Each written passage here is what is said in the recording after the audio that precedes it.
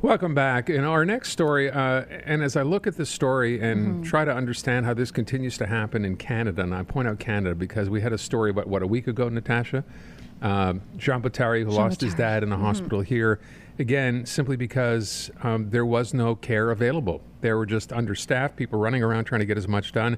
And then this story today about something that happened in Edmonton. So, you kind of see these stories and you think to yourself, do I keep wanting to talk about these things? Because I'm sure this is not an isolated case. This must happen now more and more often, sadly, because healthcare is feeling the strains of the pandemic, about people, not being at work, being understaffed. So it's another sad story, but we wanted to share this because, well, I think you need to. I agree. I think people need to understand what exactly is going on. If it doesn't affect you firsthand, you may not think it's as serious as it is. So Bridget Stirling is an Edmonton resident, and she is on the line right now. Bridget, thanks so much for your time this afternoon, and obviously our thoughts and sympathies for your family as well. Thank you so much, and thanks for having me on. Yeah, can you explain, first of all, so my understanding is your dad was only 71 years of age. What happened? Yeah, so my dad was 71, still lived on his own, was working actually full-time up until he went into hospital, drove, all of those things straight. And he hadn't been feeling well for a while, and like kids often do, we've been trying to get him to go to the hospital, and finally, he was really not doing well, and one of his good friends finally persuaded him to go to emergency. So he went to an emergency room just outside of Edmonton, just that was more convenient to go to from where he was, but he ended up at the Royal Alexandra Hospital in Edmonton, and quite quickly after he arrived there, things really started to go downhill with his care. So my dad had what turned out to be undifferentiated lung cancer that had already spread to a significant amount of his body. So, from the time he went into hospital, it was likely that he was going to die, but the circumstances of his death were absolutely horrific.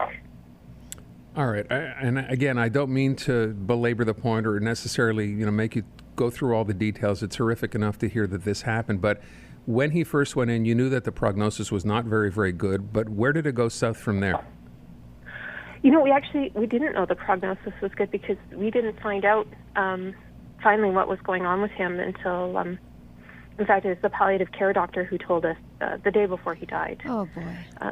Yeah. So my father went in, and the morning after he arrived at the Royal Alex, and he spent much of his first day there in a room waiting to be transferred to a ward, which is another thing with emergency rooms right now. So when he finally got to the ward, he was in a room with another patient, somebody who was experiencing, I'm not sure what sort of issues, but it was extremely disruptive. And my father had already not been able to sleep for some time because of pain, and then was unable to sleep. Was only being given Tylenol for pain, and I was sitting there with him, and my dad was a really stoic man, and he was rocking and kind of writhing in pain, and after a couple of, they kept just giving him Tylenol, and after a couple of days, I finally went to the charge nurse and said, you can't keep him like this. Like, he can't be unable to sleep, only being given Tylenol. Like, why isn't he getting any sort of pain management? He had a visible growth on his chest. Like, it was pretty apparent from the start that he had what was probably a fairly advanced cancer.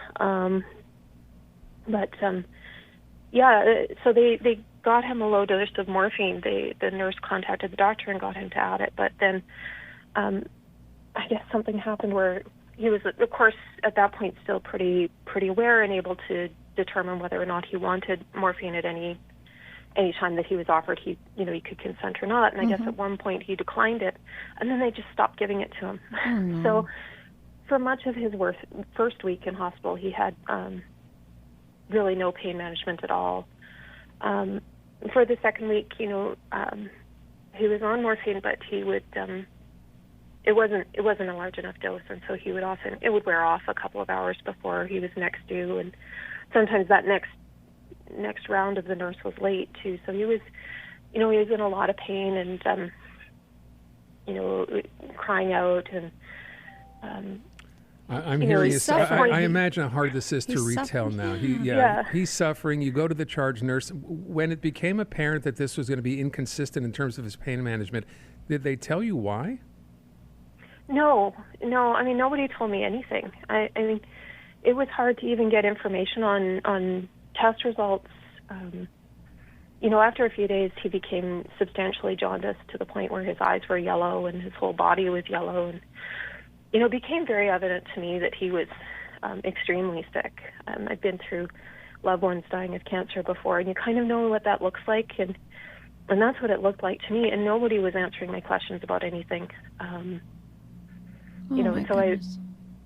so we actually didn't, we were still up until a couple of days before the palliative specialist was finally called in. The hospital pharmacist was coming to us to talk about medications on discharge, and I was sitting there thinking, how are you even considering discharging this man? He's in so much pain.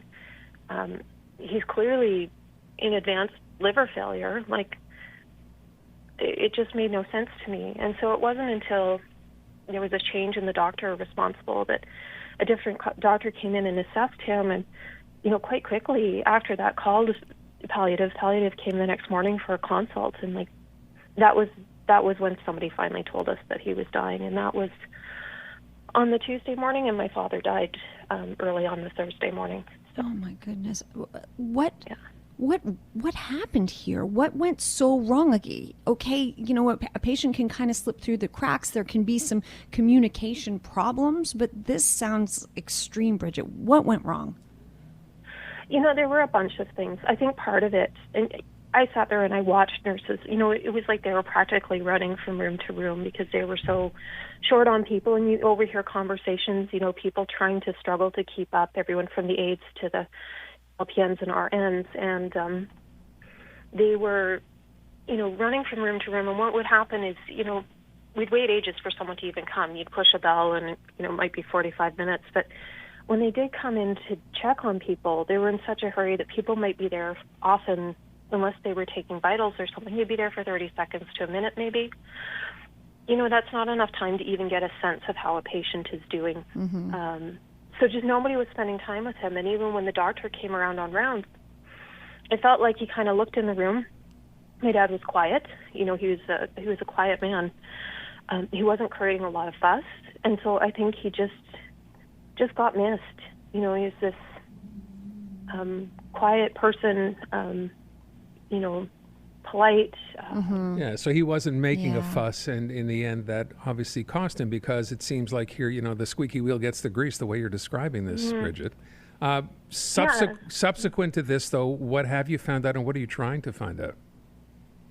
So what we found out is, we finally found out the day before he died what his diagnosis was. And I don't know when those biopsy results came back, but they took a long time. I think labs, like everything else in the system, are overstretched. So I finally found out what his diagnosis was. But what I don't understand is, it was obvious to me as somebody who has no medical background that my father, maybe 3 days into his hospital stay, it became pretty evident to me. How did nobody else identify this? His CT, which was done in Emerge, showed, tumor in his liver. His MRI had showed multiple spots in his lungs. He had a visible tumor in his chest. Like, was it that a doctor was trying to spare his pain? Was it just that there were no resources in the system to support him? I don't understand what was missed, and I don't understand why it took to the end for us to be told. Because the other thing is, under the rules that AHS had at the time, until my father was determined to be an end of life, only his 2 designated support people could even be in with him. And so I was pretty sure he was dying, but I couldn't call anyone else to even come and say goodbye. Right. So I want to understand why was that decision made to not tell us and to not give our family an opportunity to say goodbye, and for my dad to have good palliative care. I watched my mother die. She died of cancer in hospice care, and the quality of care that she had was incredible. And so when you know what good care in end of life looks like, you really know when you're not seeing it. Mm-hmm. And I guess you've gone public with your story now because if it happened to you, it can happen to someone else. So, I mean, are you going to file a complaint? What are you hoping comes of this? You need answers, obviously. Yeah. So I filed a complaint, and actually my family is meeting with Alberta Health Services later today to try to get some answers. But the reason I wanted to tell the story publicly is because often I think when you get into complaints processes, it gets treated as a one-time story for one person, right? And I've heard from so many people since I went public with my story that this is happening to people, all across the country. And people don't know. And because so many hospitals are so restricted right now, people don't know what's happening, right? And we need to understand, like I've said to people I know, if you can possibly help it, don't go into the hospital right now. Like it's not a good place to be. And so, yeah, I was just going to say, never thought we hear that about a Canadian healthcare system, right? If you can all avoid it, do not go into the hospital. That's how bad things are now. Sad but true. Yeah, and I'm a big believer in universal health care, but universal health care has to mean that it's universal care for everybody, not just people who make a lot of noise. Bridget, thank you so much for sharing the story. Very much appreciated, and hope there is some resolution for you in all this by the time it's done. Thanks again. Thank you. Bridget Our condolences Stirling. again. So again, that's in Edmonton. We heard this here. And what she's saying, and it's hard not to see this on a regular basis, it's happening everywhere across this country in the it's in the not healthcare just system. your city, not just your province. It is happening coast to coast. There's a fundamental problem. Which unfortunately begs the question, well, what can we do about it? To which there's no answer.